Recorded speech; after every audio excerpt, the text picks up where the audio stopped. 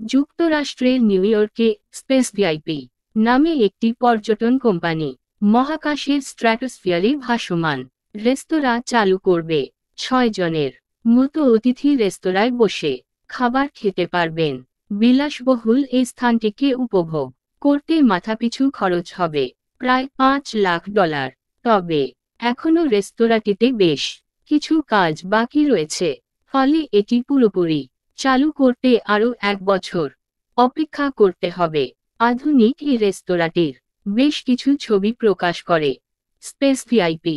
এরপরই উৎসাহীরা বুকিং দেওয়ার জন্য আগ্রহ প্রকাশ করেন।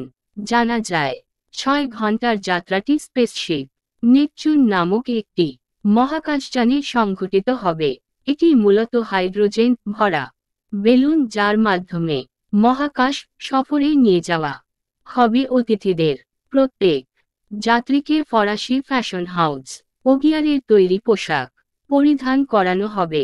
বিশ্বের অন্যতম সেরা ড্যানিশ রেস্তোরাঁ অ্যালকেমিস্ট রোশেফ রাসমুস মাস অভিনব রেস্তোরাঁটির মেনু তৈরি করেছেন।